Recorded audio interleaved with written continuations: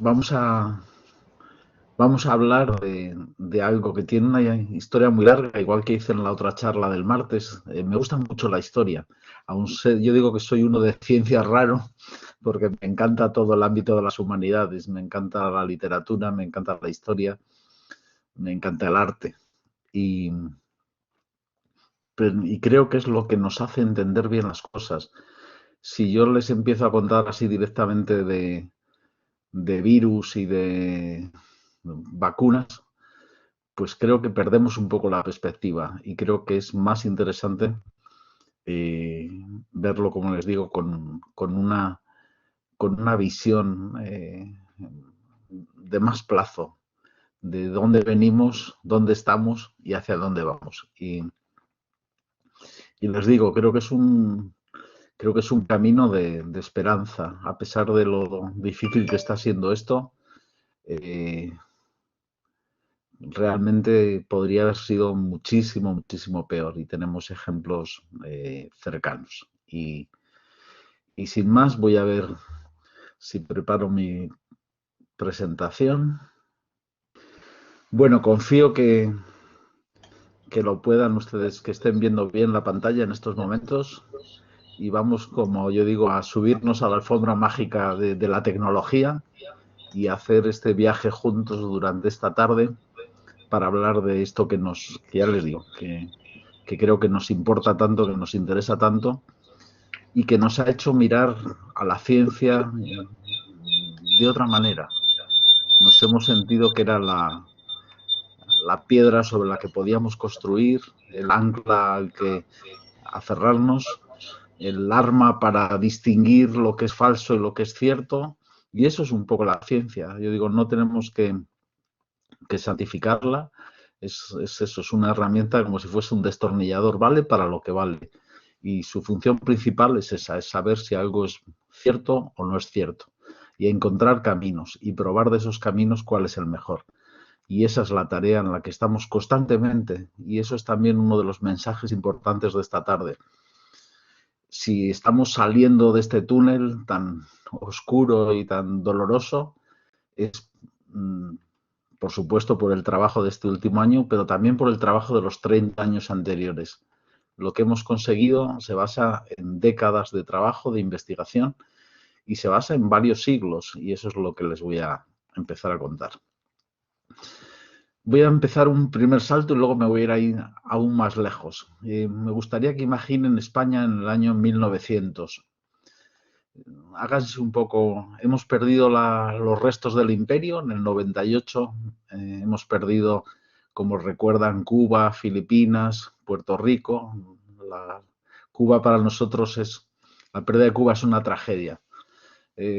Todavía seguimos diciendo más se perdió en Cuba por cómo marcó, ¿no?, a nuestro país.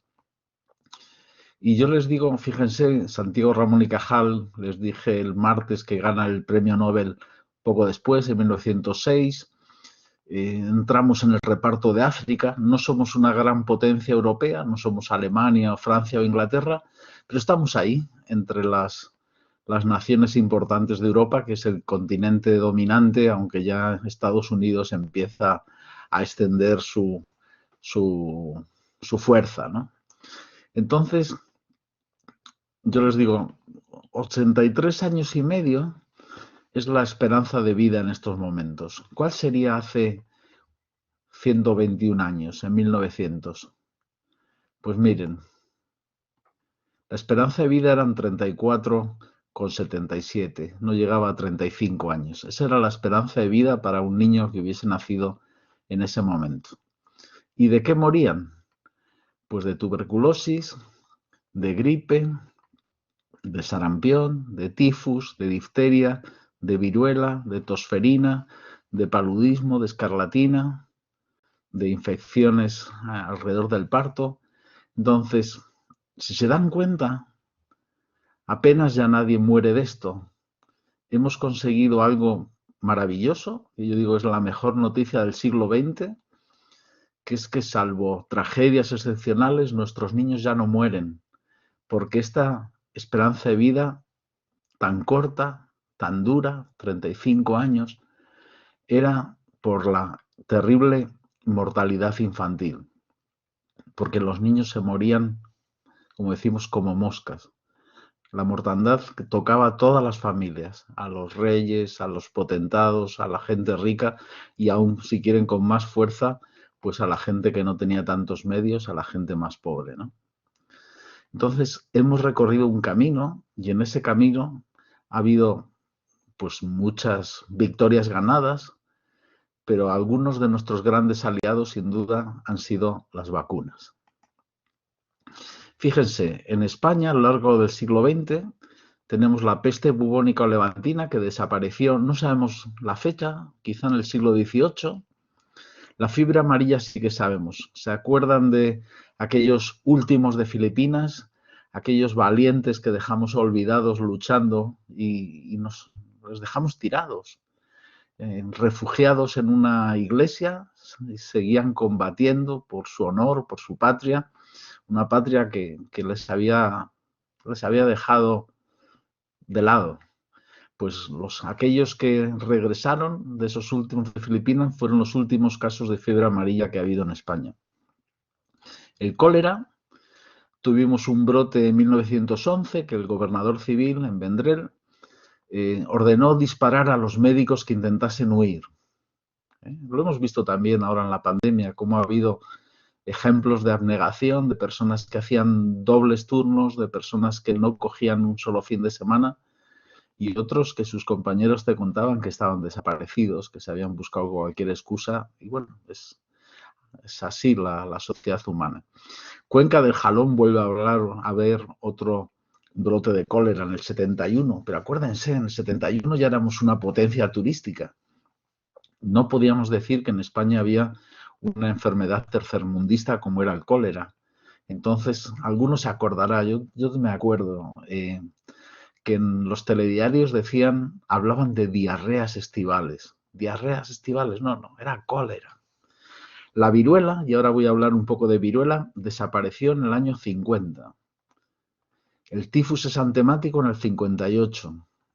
El paludismo también en el 58. La rabia en el 60. La difteria en el 75. Pero algunos de ustedes también se acordarán que en el año 2015 un niño de Olot, ¿no se acuerdan? El niño de Olot, era así le llamaba la prensa. El niño de Olot tenía 6 años y de repente encontraron que estaba enfermo y fíjense, yo digo, menudos médicos tenemos más excepcionales. Un médico de la sanidad pública dijo, esto es difteria. Y yo me quito el sombrero porque llevábamos exactamente 40 años sin un solo caso de difteria. Pero claro, si te lo has estudiado, cuando lo encuentras por primera vez, si tienes, bueno, te acuerdas y dices, no puede ser, pero sí, es difteria. Y ese niño murió. En un país rico como es el nuestro, en un país del primer mundo, en un país desarrollado como es España, murió porque sus padres no le habían querido vacunar. El 76 desapareció el tracoma, en el 82 la polio. Si estuviésemos juntos en clase, yo les preguntaría, ¿en cuántos países queda polio en el mundo? Y no sé qué número me darían, pero yo les diría, si me preguntan en el año 1988, creo que eran 150 países. El 88 no está tan lejos, 150 países. Y hoy, en el 2021, queda polio en 2 países del mundo, en Afganistán y en Pakistán.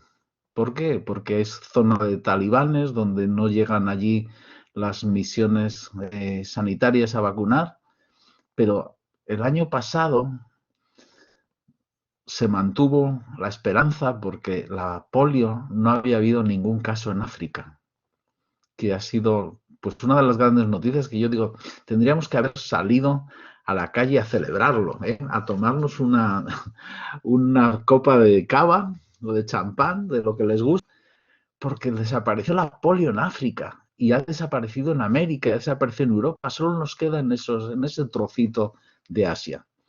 Y el sarampión desapareció en España en 1998. Fíjense qué trayectoria en ese siglo XX que ha sido tan terrible, con tantas guerras, genocidios. También ha habido muchas cosas buenas, muchas personas buenas, muchas buenas noticias también, ¿vale? Miren, en esta imagen es una momia, es la momia de un faraón, en este caso es Ramsés V. Pero si se fijan, en su cara tiene un montón de pequeños bultitos, pequeñas marcas, porque Ramsés V sabemos que tuvo viruela. Entonces, de nuevo, uno de los poderosos de su época y tiene viruela. Llevamos teniendo viruela desde hace miles de años y es una enfermedad terrible. En el siglo XX, solo en el siglo XX, murieron 250 millones de personas de viruela. Yo digo, a veces los números nos resultan difíciles de imaginar. 250 millones, más de 5 veces toda la población de España. Piensen en todo, cuando vemos ahí una imagen de Madrid, ¿cuánta gente hay? Imagínense todas las ciudades, todos los pueblos, multiplíquenlo por 5 y eso es lo que murió de viruela solo en el siglo XX. ¿Vale? Fue responsable, por ejemplo, de una de las catástrofes que fue la extensión de la viruela, probablemente por los conquistadores europeos que llegaron a América. Y se calcula que murió en muchas zonas el 90% de la población. Sitios que tenían 20 millones de habitantes pasaron a tener 2. Pero bueno, o sea, es parte también de la historia, pero yo también me siento orgulloso que de lo que los españoles hicieron en América. A los pocos años de llegar allí, en las grandes ciudades del Nuevo Mundo, en Lima, en México, había hospitales, había catedrales, había universidades. En cambio, en la América del Norte, en esa que a veces parece que miramos con envidia o que nos miran por encima del hombro, a los indios les distribuían mantas de enfermos de viruela, les regalaban las mantas infectadas para exterminarlos. Entonces, miren, no comparen. Nosotros nos hemos casado con ellos. El emperador Carlos hablaba de emperador Moctezuma como su pariente, porque eran también emperadores. Y ya le digo, nosotros evidentemente hubo muchas atrocidades, ¿eh? No vamos a blanquear esa parte de la historia, pero creo que hay muchas cosas, como les digo, de las que nos tenemos que sentir orgullosos. Pero no de haber llevado la viruela, porque para América fue una catástrofe terrible, como ven aquí. Y llega este hombre se llama Edward Jenner y era un médico de pueblo. Y yo permítanme que reivindique también, mi abuelo era médico de pueblo, mis tíos son médicos de pueblo, reivindica al médico de pueblo, que con muy pocos medios y entonces casi con ninguno, muchas veces lo único que podía hacer era identificar la enfermedad, lo que llamamos ahora diagnóstico, y plantear cuál podía ser su evolución, lo que llamábamos un pronóstico. Pero realmente herramientas para curar las hemos tenido en el siglo XX, no antes, ¿vale? Pero Edward Jenner, este médico, en esta zona donde vivía, que había explotaciones ganaderas, se dio cuenta de una cosa curiosa, y es que las vacas tenían una viruela, que se llamaba también así porque era muy parecida, era la viruela de las vacas. Y entonces, bueno, eso se sabía, pero las personas que ordeñaban las vacas de tocar estas pústulas muchas veces se infectaban de la viruela de las vacas. La viruela de las vacas a las personas les hacía tener un poco de fiebre, pero era temporal y era algo relativamente benigno, no era algo peligroso. Pero Jenner se dio cuenta de una cosa muy importante y es que estas personas que trabajaban con las vacas o que sabía que habían tenido la viruela vacuna de las vacas, no enfermaban de la viruela humana, la que era devastadora. Y entonces a Jenner se le ocurrió esto que se recoge en este cuadro. Coger una de esas pústulas de la mano de una joven que ordeñaba, de una muchacha que ordeñaba las vacas y que estaba, por lo tanto, en un brote de viruela vacuna, y coger a un niño, hacerle una pequeña herida en el brazo, esto que están viendo aquí, y meterle debajo de la piel un trocito de esa pústula de las manos de la mujer que ordeñaba las vacas. Yo digo, ahora esto sería un delito, ningún comité ético lo aprobaría, por supuesto, hacer una prueba en un niño sin saber si le vas a causar una viruela y le vas a matar. Pero bueno, hemos mejorado en muchas cosas y esta es una de las cosas que hemos mejorado. Pero en esta época, pues hacían estas cosas. Entonces, Edward Jenner prueba en el niño y se encuentra que el niño tiene unos pocos días de fiebre, un poco de malestar, dolor de cabeza, pero luego se dan cuenta que está inmunizado, que está vacunado, que este niño ya no va a tener riesgo de contraer la viruela. Esto se lo pueden imaginar, se extendió como el fuego. Y parece que un elemento clave fue Napoleón. Napoleón estaba en guerra en media Europa, pero era sin duda un tipo listo, ¿eh? Nos gustará más o menos, pero Napoleón era listo. Y él ordenó que todos sus soldados fuesen vacunados. Claro, ese fue uno de los motivos también de sus victorias. Sus soldados no enfermaban de viruela. Y estos son dos hermanos, uno vacunado y otro sin vacunar. Esta es la foto de la viruela. Esto es lo que ha sufrido el mundo hasta el siglo XX. No solo, es decir, esas pústulas dejaban unas marcas que te dejaban deformado, pero es que también te podían dejar ciego o te podían matar. Y esto es el resultado de un virus. No hemos hablado de virus todavía.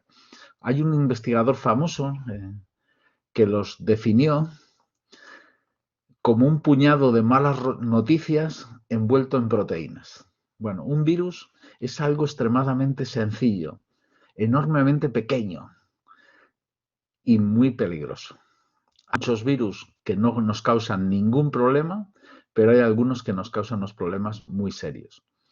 Y luego tenemos que pensar otra segunda cosa, y es que tenemos muy pocas herramientas contra los virus. Tenemos muchas cosas muy buenas contra las bacterias, pero los antivirales, bueno, hemos vencido a muchos virus, pero hay otros que nos siguen dando muchos dolores de cabeza, como este que estamos viviendo ahora. Desde el primer momento que surgió las vacunas, algo llamativo, sobre todo en Inglaterra, surgieron también los antivacunas, que decían, perdónenme, cosas estúpidas, como que a los vacunados les podía salir una vaca de la nariz, o de la mejilla, o de la lengua, como esta señora, o del brazo. Entonces, evidentemente, jamás ha habido eso, pero siempre ha habido personas que con mentiras, en muchos casos, como es este grabado inglés, se han opuesto a las vacunas. Y al día de hoy que decimos que tenemos herramientas, que tenemos agencias, que tenemos investigadores, que tenemos lo que estas personas del siglo XVIII y XIX no tenían, pues sigue habiendo antivacunas con argumentos absurdos, con tratamientos sin ninguna base científica, que se niegan a que les vacune, y lo vemos, hay rechazos. Bueno, yo ya se lo digo, es decir, yo estoy deseando que me vacunen. Me vale cualquier vacuna de las aprobadas por la Agencia Europea del Medicamento. O sea, me vale si me dicen tenemos AstraZeneca, tenemos Janssen, tenemos Pfizer, la que sea. Aquí tienen mi brazo, que elijan el izquierdo o el derecho.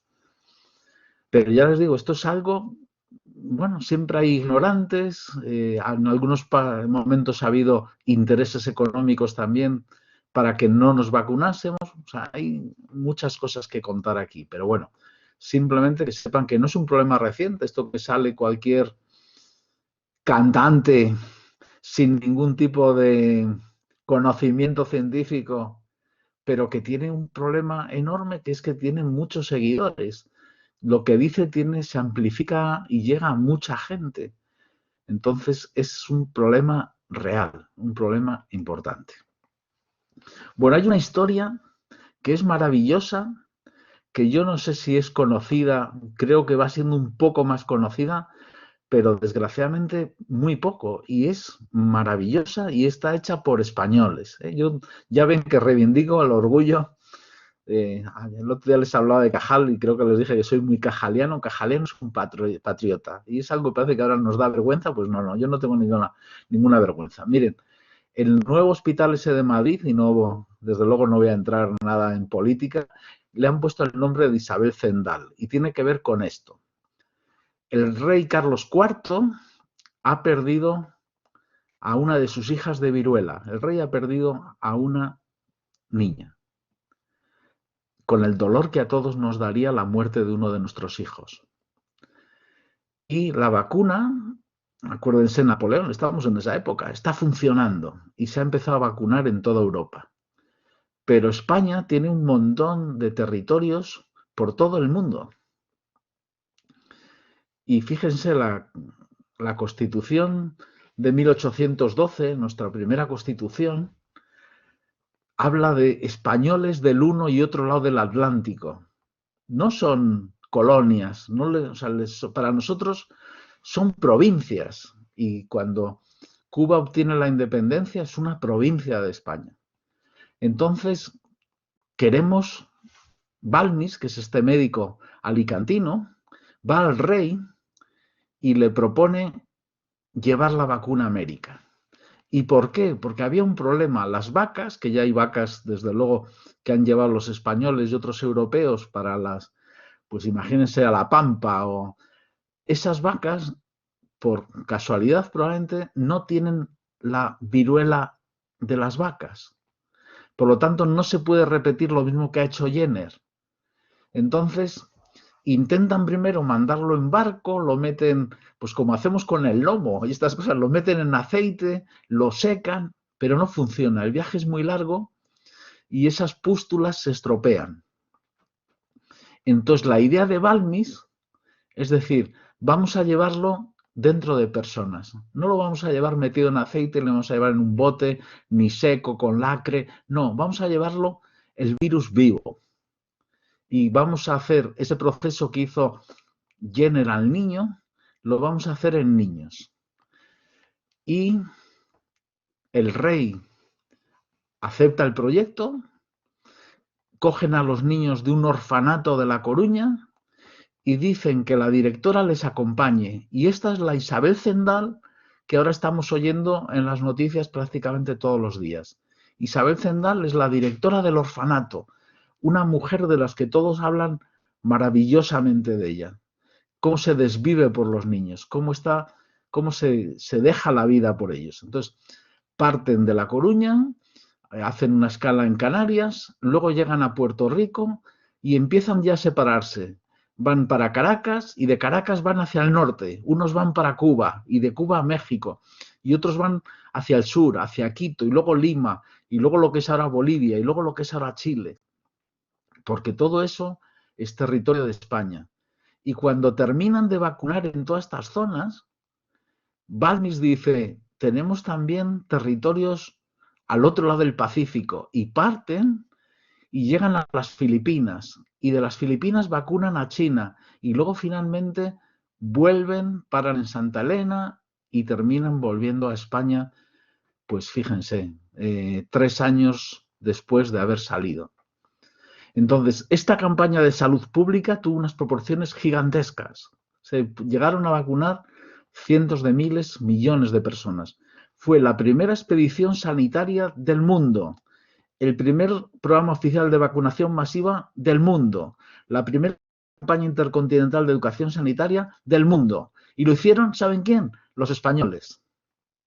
Y esta es una cosa que el propio Jenner dice, no me imagino que en los anales de la historia haya en el futuro un ejemplo de filantropía, de amor a la humanidad, tan noble y grande como este.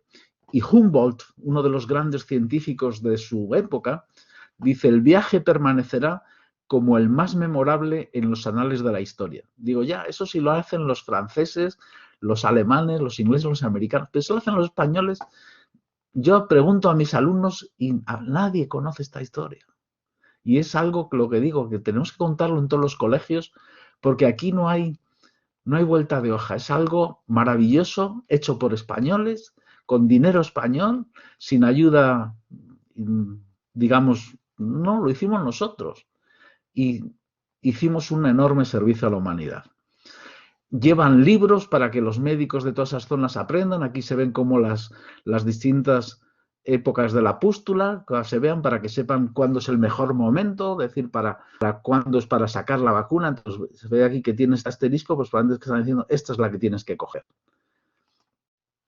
Y luego ya hemos conseguido, ya en el siglo XX, pues ya tenemos vacunas para la viruela. Y miren, la realidad es que en el año 79, y este documento en distintos idiomas y también en el español, no sé si lo leen, se lo leo yo. Nosotros, miembros de la Comisión Mundial para la Certificación de la Erradicación de la Viruela, certificamos que la viruela ha sido erradicada en todo el mundo. Yo digo, esto es, no sé, o sea, a mí me pone la piel de gallina pensar que un programa mundial nos hemos conseguido poner de acuerdo, pues, enemigos. Aquí trabajaron americanos, soviéticos, chinos, japoneses, árabes, españoles. Se consiguió erradicar la vacuna. Ya no nos tenemos que poner la vacuna de la viruela, porque es imposible contagiarse, porque ya no queda viruela en el mundo. Bueno, queda en 2 laboratorios, uno en Atlanta, en Estados Unidos, y otro en San Petersburgo, en Rusia. ¿Por qué? Porque ninguno se fía del otro y no quieren... En teoría es por si apareciese un brote, pero yo creo es por miedo a que el otro lo pueda usar en algún momento como arma biológica para poder volver a fabricar vacunas. Pero bueno, confiemos que no se escape del laboratorio esas cosas que a veces dicen que pasan. Bueno, ya les he contado y ahora vamos con nuestro nuevo enemigo. Hemos vencido a la viruela, estamos a punto de vencer a la polio. ¿Y qué ha pasado con este, que se ha llamado coronavirus por este aspecto que tiene, por esta corona? Este es el enemigo actual. Diminuto, como les he dicho, no se ve con un microscopio normal. Hace falta un microscopio electrónico con decenas de miles de aumentos. Entonces, por esa corona se llaman coronavirus. Es un grupo de virus que ya les conocíamos, causan normalmente enfermedades leves, como el resfriado. El resfriado es una enfermedad viral, por lo tanto, no nos sirve de nada tomar antibióticos, pero los antibióticos a los virus no les hacen nada. Algunos tipos de coronavirus pueden generar más problemas, como por ejemplo, si se nos meten ya en las vías respiratorias bajas, pues pueden causarnos neumonía o bronquitis. La mayoría de todos nosotros hemos tenido algún catarro, no nos hemos dado cuenta, no lo distinguimos bien de la gripe. Entonces, la mayoría de nosotros hemos tenido contactos con coronavirus, con otros coronavirus. El nuevo es diferente. Causa una enfermedad que se llamó COVID-19. Esto viene de coronavirus disease. Disease es en inglés enfermedad. Y 19 es porque en 2019 es donde se identificó por primera vez. Ustedes han oído hablar del genoma humano y han oído hablar muchas veces del ADN, pero estos virus no llevan ADN, sino que llevan una molécula parecida, que es el ARN. Hay virus de ADN y hay virus de ARN. Bueno, pues este es de los del tipo de ARN y tiene una cadena que es bastante larga, y el que sea ARN tiene un problema. Todos se acuerdan también de Severo Ochoa. Severo Ochoa estudió una enzima, una proteína, que es la ARN polimerasa, que es la que hace copias de ARN. El problema es que la ARN polimerasa no tiene, vamos a decirlo, control de calidad.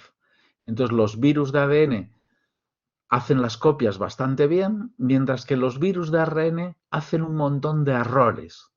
Y esos errores son lo que llamamos normalmente mutaciones.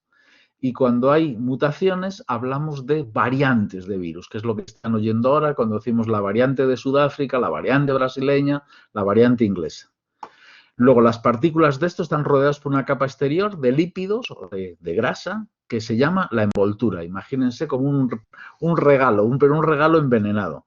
Y suelen tener un aspecto esférico, como se ve en el microscopio electrónico, esa foto que les he enseñado, con una corona de púas en forma de garrote. Aquí los ven, este es un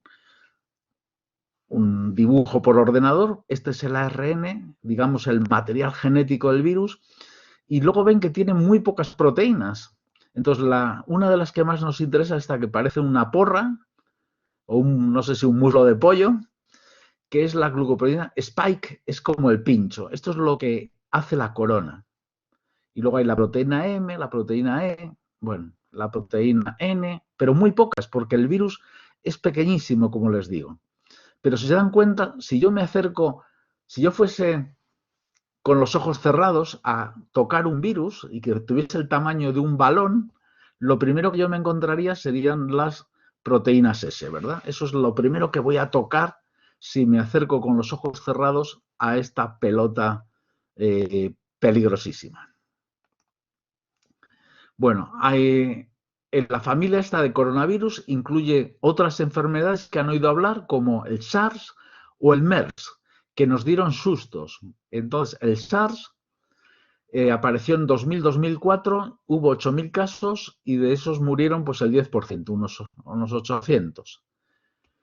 El MERS surgió más tarde, en 2012, 2.500 casos, de los cuales han muerto una tercera parte, o sea, otros 800 aquí. Y seguía habiendo casos, pues al menos que yo tenga localizados, en el 2020. Y en el 2019 apareció este nuevo, el coronavirus de la epidemia actual. Se inició en diciembre de 2019 y hablan de repente, se acordarán muchos de ustedes, que empieza a decir que hay una enfermedad rara respiratoria en China. ¿Vale? Y bueno, otro detalle que me interesa es que muchas especies de coronavirus, igual que nos infectan a los seres humanos, también pueden infectar a otros mamíferos o a las aves. Y entre los mamíferos parece que hay bastantes coronavirus que afectan a murciélagos. Bueno, pues es una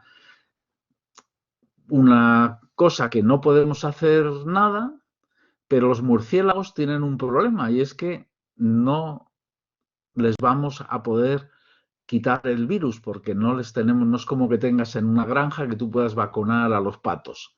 No, los murciélagos no les tenemos tan controlados, ¿vale?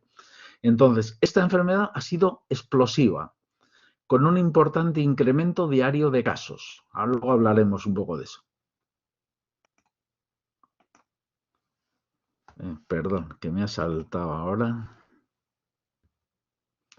Bueno, el virus se conoce como SARS-CoV-2, parece haber surgido en Wuhan, en China, a finales del 19. Se piensa que es una zoonosis. Una zoonosis es una enfermedad que salta de animales al hombre. Por ejemplo, la rabia.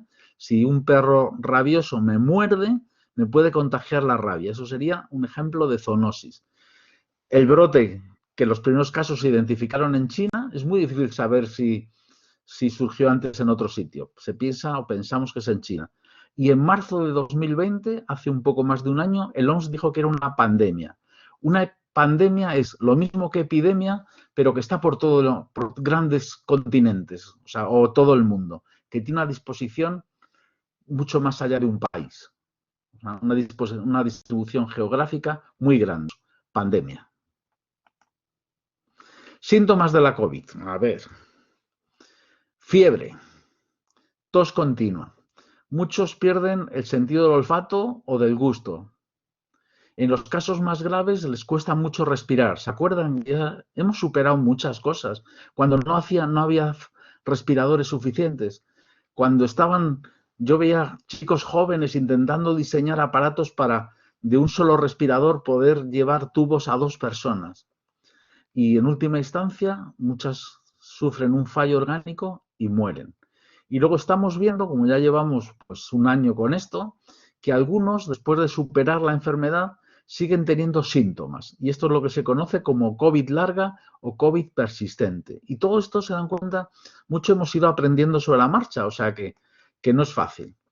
Vemos que llega al cerebro también, y esto es una cosa que estamos trabajando en nuestro laboratorio en Salamanca, y entonces se crea o hay 2 posibilidades. Una es que lleguen desde los pulmones y la otra es que lleguen desde la nariz, por eso que hablábamos de la pérdida del olfato.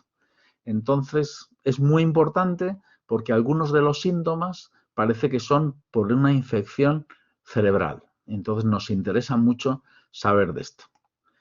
En ese sentido, les quiero invitar a los que estén en Salamanca, si les apetece, a colaborar en una investigación. Estamos estudiando el olfato tanto de personas que han tenido COVID como las que no lo han tenido, que serían los controles.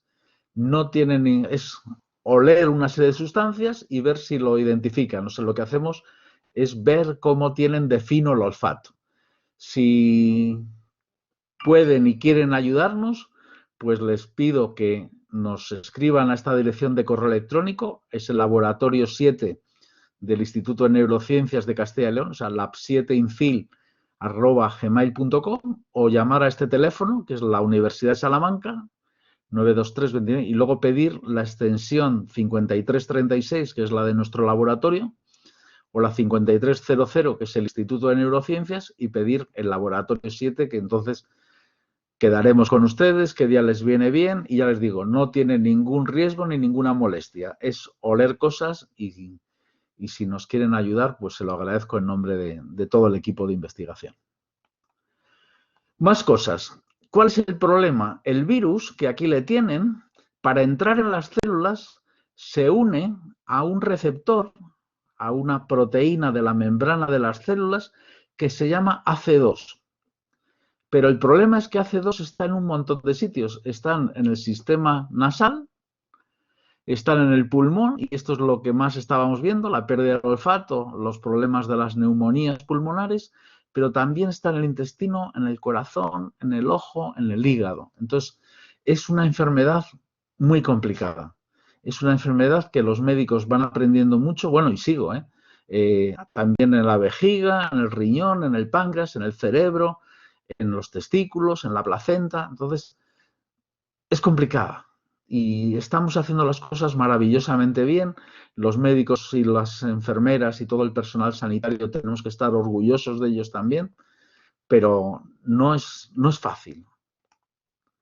Aquí ven el trabajo en una UCI y cómo se intenta mantener a esa persona para que supere, y cómo hemos ido pues avanzando, y cómo es muy difícil, pues porque es una enfermedad contagiosa, una enfermedad peligrosa, pero ya les digo, es decir, piensen lo que fue la pandemia anterior que tuvimos, es la llamada gripe española o gripe del 18, y duró 3 años y murieron, se calcula, entre 50 y 100 millones de personas. O sea que fue mucho más fuerte de esto que está siendo durísimo, ¿eh? Bueno, hemos dicho que es una zoonosis, se puede transmitir por animales. Los primeros casos se relacionaban con un mercado que hay de mariscos y animales en Wuhan. Se piensa que el virus viene vía murciélagos, aunque los murciélagos son enormemente útiles. Cada uno se come cientos de mosquitos al día, o sea que la solución desde luego no es ir contra los murciélagos. Los chinos tomaron una decisión de cerrar los mercados, de prohibir el comercio de animales salvajes, y es posible que eso ya cambie para siempre. Y luego, los animales pueden contagiar a humanos, pero los humanos también parece que pueden contagiar animales. Y se ha visto tanto con animales de compañía como gatos y perros, como tigres y leones y los bisones. Vemos que está por todo el mundo. Los países que más casos han tenido son Estados Unidos, India y Brasil. Y también, bueno, como siempre en todo, la política, pues hay países que lo han hecho mejor y otros países que lo han hecho peor. Y aquí lo estamos viendo con, pues yo creo que Estados Unidos, pues el anterior presidente, con las cosas que hacía, ha hecho que mucha gente haya muerto que no haría falta. India lo mismo, tenían un ministerio de una medicina antigua, medicina ayurvédica, y claro, cuando han llegado el virus, pues todo lo ha destruido. Y Brasil, pues lo mismo, con su presidente también peculiar. Aparte de los problemas sanitarios, hemos tenido los problemas económicos. Aquí vemos los viajes aéreos en un país como el nuestro, donde el turismo era la primera industria. Pues fíjense que los vuelos internacionales cayeron el 98%, aunque poco lentamente parece que empezaban a mejorar. Y los vuelos domésticos dentro del mismo país el 86%. Entonces, un montón de industrias, pero en particular el turismo, pues ya lo vemos, han quedado muy dañadas y lo están pasando muy mal también. Bueno, y esto es el número de muertes, que es terrible, pero fíjense, empezamos lógicamente con 0, hace tal, va a andar y de repente, bueno, pues si nos llegamos por aquí, además es que va esta gráfica funcionando exacto, pues estamos en 3 millones y algo, que es la realidad de lo que estamos ahora. Y se calcula, pues que vamos a decir mayo, en junio estaremos en 4 millones y medio y luego va a depender de si la gente sigue usando las mascarillas, si nos relajamos, bueno, hasta que consigamos vacunar, que es lo que vemos como solución. Y aquí lo tenemos, esto es una señora que la habían vacunado y ha enmarcado las 2 dosis que le han puesto, una el 1 de abril y otra el 22 de abril. Y esa es la gran noticia que tenemos vacunas que funcionan y entonces en estos minutos que me quedan de charla voy a intentar aclarar algunas de las dudas y explicarles algunas cosas de las vacunas. Pueden ser de distintos tipos y eso lo estamos viendo. Algunas están basadas en virus, que es lo más antiguo, que es coger el virus, atenuarlos, lo que hizo Pasteur. Lo vas pasando de animal en animal y entonces el virus se hace menos peligroso. Y otra opción es inactivarlo, por ejemplo, calentarlo mucho. Entonces, si tú matas el virus, lo de matar es un poco, pues, o sea, es más correcto inactivar, pero imagínense que le matas. Entonces, tú puedes meter el virus y nuestro sistema de defensa, que identifica las cosas que se meten en nuestro cuerpo, dice, que tengo aquí un virus. Y entonces produce anticuerpos contra él y produce memoria celular y al final consigue superar la infección. Entonces, una opción es vacunas basadas en el virus entero, atenuado o inactivado. Otros cogen un trozo de virus, por ejemplo, esta proteína que yo les decía, la proteína S, purificarla e inyectarla. Y entonces se vuelven a formar, estos son los anticuerpos. Otra cosa es coger el gen de la proteína S, meterle en otro virus que se llama un vector, un virus que no genere ningún problema. Pero al ir saltando de célula en célula, el adenovirus va haciendo que produzcan proteína S y el cuerpo lo detecta de los nuevos. Y lo último, que es lo más moderno, son las vacunas de ARN mensajero, que son estas que ven. Entonces, meter el ARN mensajero que va a dar la proteína. A 24 de abril había casi 100 vacunas en marcha. Estamos pendientes de que tenemos 4 o 5 ya aprobadas por Europa, pero hay muchas otras más, algunas no aprobadas, la rusa o la china no las ha aprobado todavía Europa, pero hay muchas en desarrollo, algunas de ellas, como saben, en España también.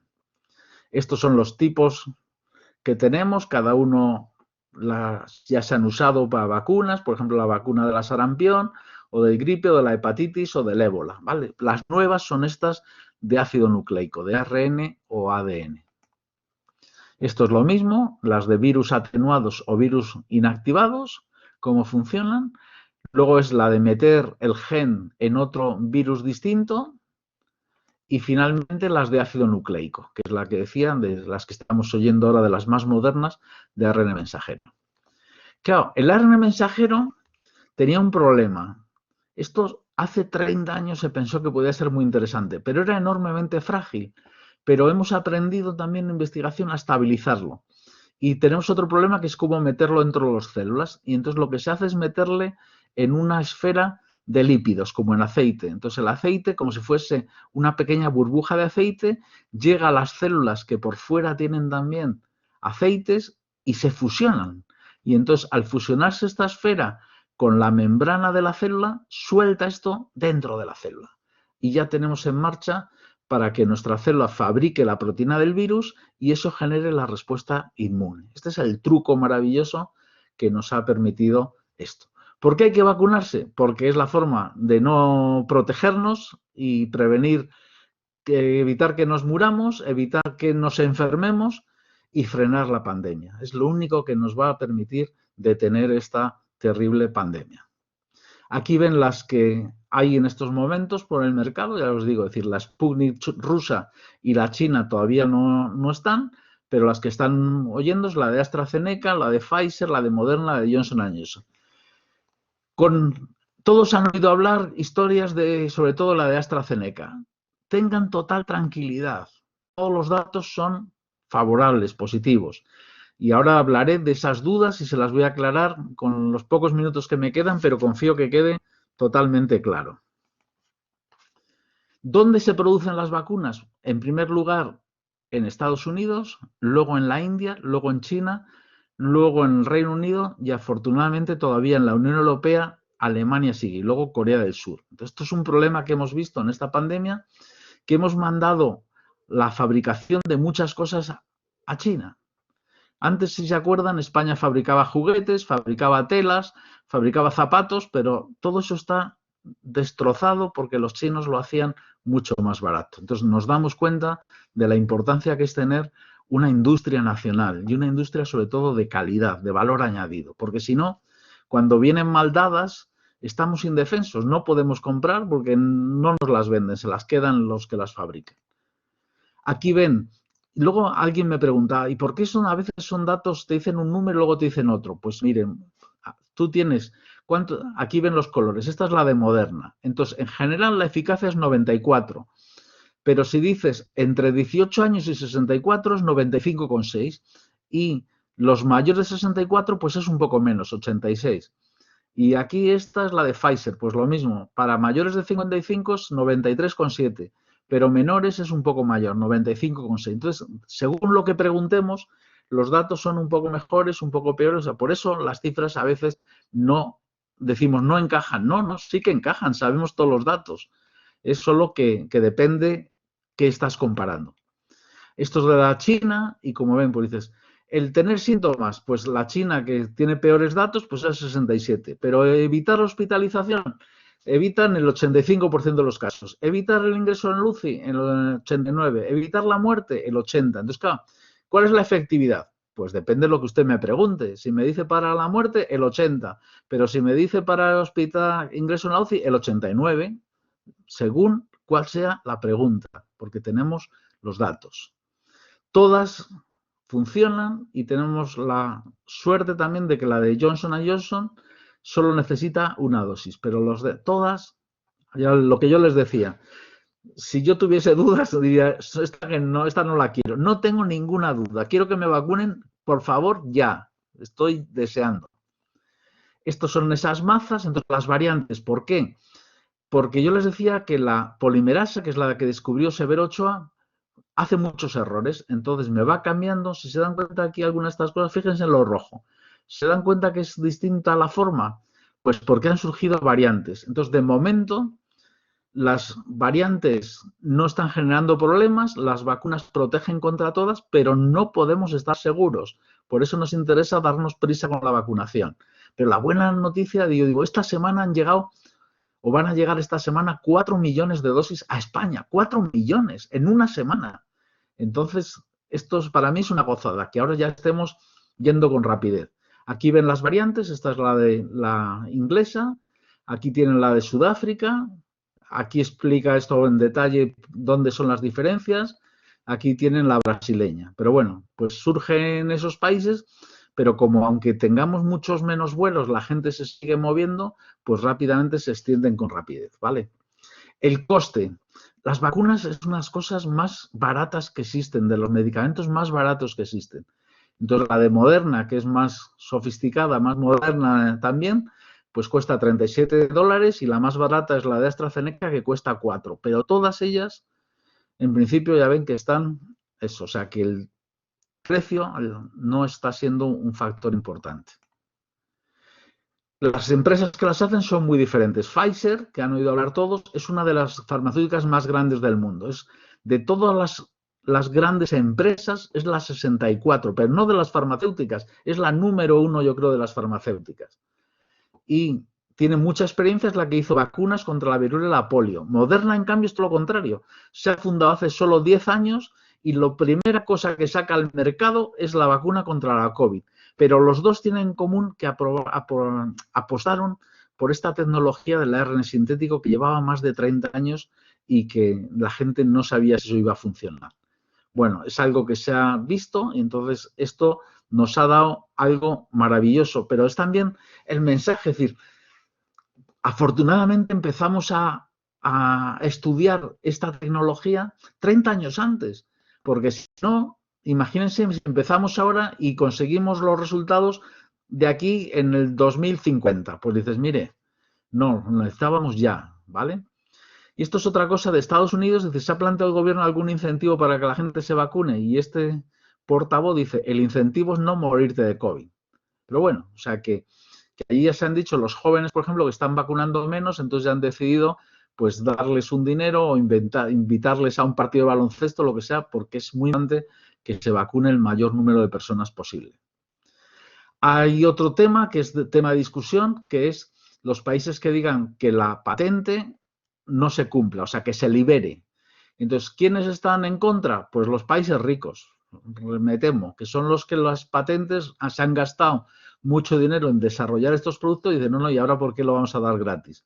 Pero a todos nos interesa que los países pobres, como África o América Latina o Asia, se vacunen también, porque ya han visto que esto es un problema global y que surge lo que estamos viendo en la India ahora, que es horroroso, pues aumenta el riesgo de tener alguna variante que nos dé problemas. Luego, pues ya se ha visto gente que estaba vendiendo vacunas falsas. Bueno, pues siempre hay sinvergüenzas y entonces se ha visto en México y en Polonia que les han vendido como si fuese la vacuna y realmente era un tratamiento antiarrugas. Bueno, pues sinvergüenzas siempre los hay, ya lo saben.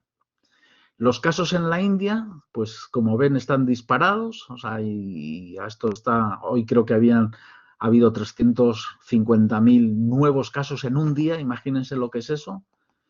O sea, que 350.000 estaría por aquí ya. Y bueno, pues es un problema que nos afecta a todos. O sea, que evidentemente uno piensa en los suyos lo primero, pero en cuanto nosotros estemos, tenemos que ayudar a todos los países, no solo por generosidad, por nuestro propio interés. Los temas de trombos que han oído hablar también, que algunas vacunas generan trombos y los periodistas, como tienen que dar noticias todos los días, pues aquí ven. Las vacunas, es cierto que normalmente han sido casos de 1 por millón, para que se hagan una idea. Pero es que es mucho menos, comparen estos números con el riesgo de trombos por fumar, por tomar anticonceptivos orales, por hacer vuelos largos, por hacer una terapia de hormonas. Entonces dices, bueno, es un riesgo, es verdad, tenemos que valorarlo, pero los beneficios son muchísimo mayores. O sea, si uno de cada millón tiene un trombo y de ese millón, si no son tratados, mueren, no sé el número exacto, pero imagínense que mueren 25.000, pues es 1 contra 25.000. Entonces las vacunas, como les pongo aquí, son seguras y eficaces. Israel ha sido ejemplar en muchas cosas. Israel es un país pequeño donde las cosas son más fáciles, tiene muy buena tecnología, pero también hemos visto pues, que las vacunas funcionan y cómo están volviendo a la normalidad y cómo están consiguiendo pues ya eso, quitarse las mascarillas porque ya una gran parte del país está vacunado. Y es algo que tenemos que pensar, que también cuando Israel ya no va a necesitar más vacunas, con lo que llegarán más a otros países y será mejor para todos. Y voy terminando ya. Hay otra pregunta que es, dices, ¿por qué se ha hecho esto tan rápido? Y miren, este es el desarrollo tradicional de una vacuna que tardaba 15 años o más. ¿Por qué? Porque primero había que hacer los ensayos en ratones, luego pruebas de toxicología en ratones, y luego empezábamos la fase 1. La fase 1 es en voluntarios sanos, por ejemplo. Esto tardaba 1 o 2 años. ¿Esto qué ha pasado? Que teníamos ya muchos datos porque habíamos empezado la investigación. Entonces solo había que, lo mismo que estábamos haciendo para el MERS o el SARS, probarla para la COVID-19. Lo mismo aquí. Entonces, esto en vez de años lo hemos hecho muy poco tiempo.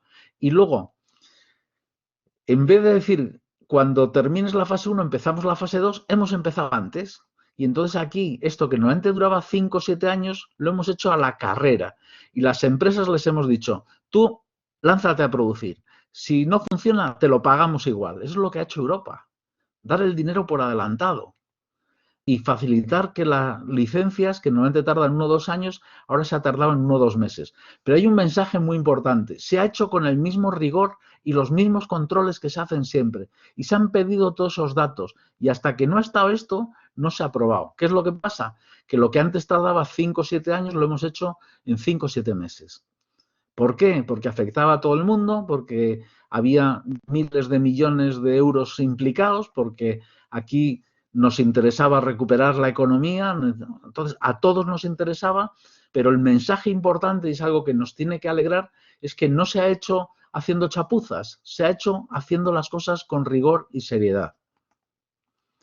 Entonces, ya les pongo aquí, todo se ha hecho, se aumentó la producción a gran escala a riesgo. O sea, no sabían si lo producías y luego te lo tenías que comer porque los datos te fuesen a decir que no funcionaba bien, que no era efectivo. Bueno, pues dijimos, lo producimos y si no, pues te lo pagamos. Pero se ha producido y hemos tenido vacunas muy rápido. Y luego la Agencia Europea del Medicamento, esto es la suerte de estar en Europa, también ha realizado una evolución continua. Han estado encima de los laboratorios y entonces dicen, no es que termines después de 6 meses y me mandas los datos, es que voy a estar todos los días con uno de mis agentes mirando lo que estás haciendo y lo que está saliendo. Y aquí lo vemos, las dosis, estos son los datos en Estados Unidos, que también desde que está la nueva administración Biden están vacunando muchísimo. Pero, por ejemplo, AstraZeneca no ha pedido autorización en Estados Unidos. Entonces tienen ahí un montón de vacunas que probablemente se las empiecen a regalar a los mexicanos o lo que sea. Y finalmente, miren, esto es la imagen del mundo. A finales del 2021, ¿quién estará ya en ese famoso nivel de inmunidad de rebaño que nos dicen que es que hay muchos vacunados y entonces ya la pandemia no va saltando, no se va extendiendo? Pues Europa, Estados Unidos y poco más. Luego, para mediados del 2022, pues otro grupo, Brasil, Japón, Australia, otros ricos, digamos. Para el 2022, pues otros, Colombia, algún país de África, y luego para finales, para el 2023, pues casi todo África, parte de Asia y algún país pobre de América Central o América del Sur. Entonces, las cosas se han hecho bien, hemos conseguido un récord de velocidad, las vacunas funcionan, estamos preparados para saber mucho más, estaremos preparados para otras pandemias que puedan surgir en el futuro, porque eso es algo que no podemos descartar. Y tenemos que aprender de las lecciones, tenemos que apoyar a la ciencia, tenemos que seguir, confiar en las agencias internacionales, en la Agencia Europea del Medicamento, y tenemos que unirnos, tenemos que trabajar juntos, como se hizo en ese viaje que les contaba de la expedición de la vacuna, esa gran obra de España y los españoles. Y nada más, echo de menos el poder responder dudas, el poder charlar con ustedes. Aquí tienen mi dirección de correo electrónico si en algo les puedo ayudar. En Twitter, si a alguno le gusta, también estoy ahí. Y tengo un blog con mucha información de temas de neurociencia, que es lo que yo más me dedico. Pero hay muchas historias curiosas relacionadas con el cerebro y nada más. Espero que les haya gustado, que hayan aclarado alguna duda. Me gustaría, les digo, decir, poder resolver ahora cualquier duda que tengan, pero no lo duden. Cualquier vacuna aprobada por la Agencia Europea del Medicamento es buena. La vacuna cuanto antes y cuidar a los que queremos y que nos quieren y vamos a salir de esto y vamos a salir con heridas, habiendo perdido a gente querida, pero vamos a salir y tenemos que aprender también de lo que ha sucedido. Y una de las formas es esto que hemos hecho, que es contar a la gente cómo es la ciencia, cómo se hace, las dificultades, y para mí es un honor y un placer haber estado con ustedes. Les deseo de corazón todo lo mejor.